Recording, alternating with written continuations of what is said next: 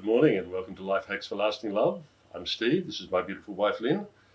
For those who haven't been here before, welcome. For those who have been here before, welcome back.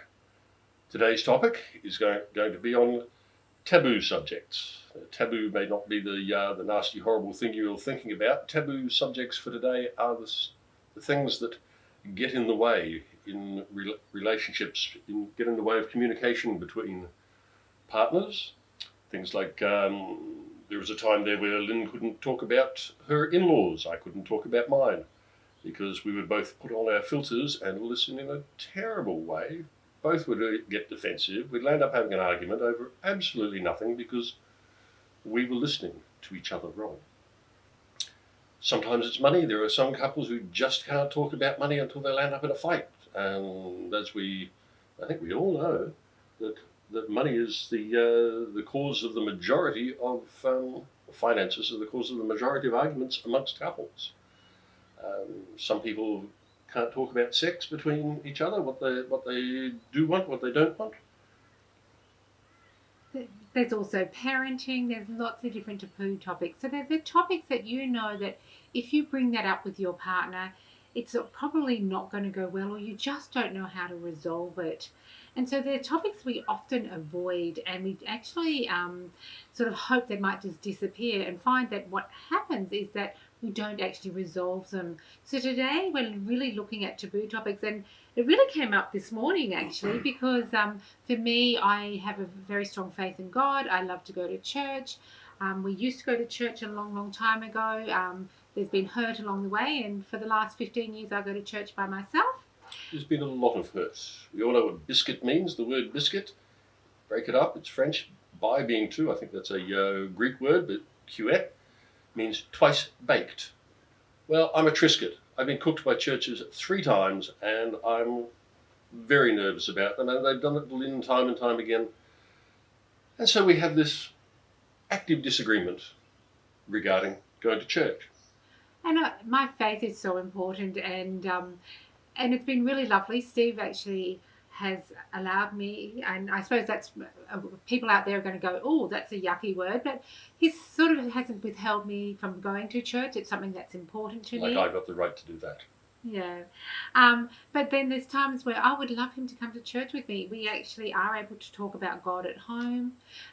We certainly debate about religion because God and religion are 2 different subjects. And so we really know that that becomes a topic that sometimes is a sore point, because if we bring it up, it brings up the past and arguments that we haven't actually resolved from the past, or misunderstandings that have happened from the past as well.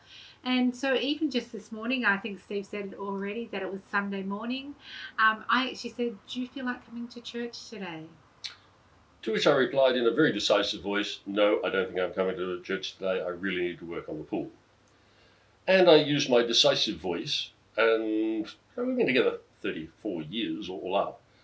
And she went, oh, I would normally get upset with that tone of voice, because that tone of voice sounds like you're upset. Whereas she finally realized that I'm not upset. It's my decisive voice. I've made a decision. This is how it's going to be. I'm not interfering with what she wants to do. I needed to clean the swimming pool badly after the cyclone last weekend. Terrible cyclone we had here. And we got, after 34 years together, a little resolve on a tiny issue that's caused major problems over the years, where she thought I'd growled, and I hadn't. And I think really what it was is because that topic I know is sort of a sore point. It's something that ideally I'd love Steve to come to church, and he does occasionally. We talked about it yesterday. He said it was a 45% chance of coming. And so already tentatively I'm bringing it up. And then, I'm listening almost for the offensive. When he just sort of went, no, I'm not coming, I went to go, oh, is he growling? And then I actually listened and I went, no, he's just being decisive, because all I did was ask if he'd like to come. And the pool desperately needed cleaning. We had a lot of foliage in it, and for those who have a pool or are used to a pool, you've got to get the foliage out or it pollutes the pool and it goes all yucky. And it's the first chance I've had. So, yeah, I cleaned the pool. And I went to church. And everybody was happy. Absolutely. And I think that really is really an important thing, because I do hear a lot of people who one will go to church and the other one won't. And that does cause quite a lot of arguments in quite a lot of relationships. And it has nothing to do with my faith. My faith is fine. Not so much my faith in churches, but, because, just burnt too often. And for me, my church is like a church family. I enjoy going and worshipping corporately, and I enjoy what I'm learning there. So it's really important that you learn to have those conversations. I'm not making him wrong. He's not making me wrong. We're actually releasing each other to worship God in the way we want to worship.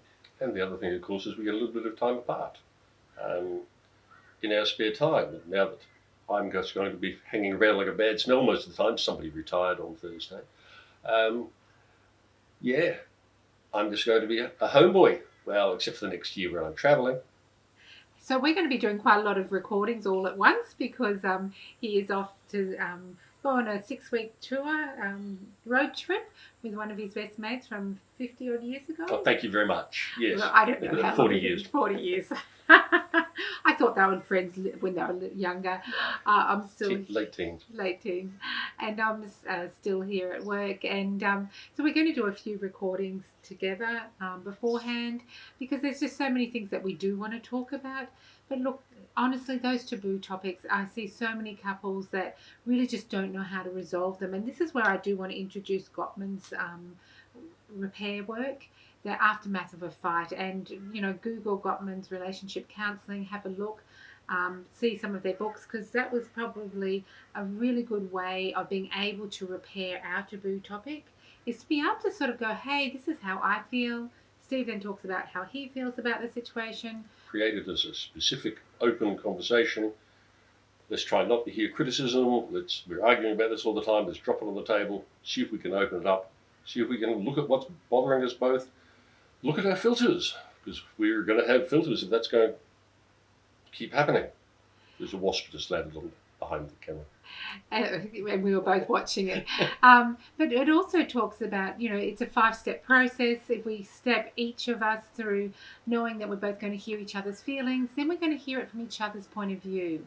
Then we're going to ask each other, what were the triggers, or what were those filters that had happened? And then for each of us to take responsibility about how we each maybe hurt each other, with our misunderstanding around that taboo topic, and finally sort of coming up with solutions for the future. And so really it's an amazing tool. Do go to the Gottman's website, have a look at that, or find someone who specialises in Gottman's therapy, because it certainly helped us address our taboo topics. Yeah, it did. We also got a trip to Seattle out of it once, which I enjoyed. We did. So we actually went over and did the art and science of relationships. And the Boeing Museum. Far more important. So we learned some really good tools over there, which was fantastic. But they're here in Australia as well, and we do run relationship seminars ourselves, and we've got one coming up in July. So do keep an eye out for that, that we'll be able to teach you. For those who want to come along, it will be here on the beautiful Sunshine Coast, and we'll be talking about how to really spice up your relationship and make your relationship just right. But please release each other. In the very beginning we talked about interdependence, how two become one, that how each of us have our own individuality, from our faith to our friendships to our careers and to our hobbies. And today we just talked a little bit about our taboo topic, which was our faith.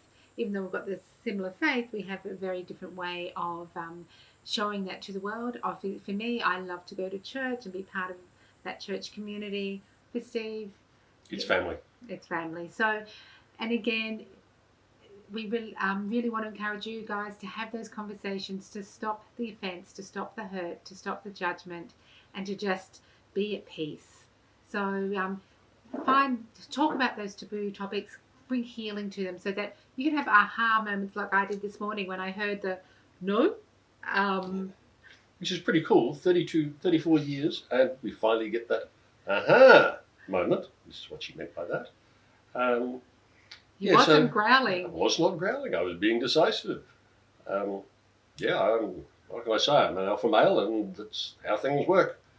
So, folks, there it is for today. I hope you've enjoyed. We hope you've learned something. Do think about doing Lyn's relationship course later in this year. You will really enjoy it. I learn something every time I go. Sometimes I learn stuff about my own relationship.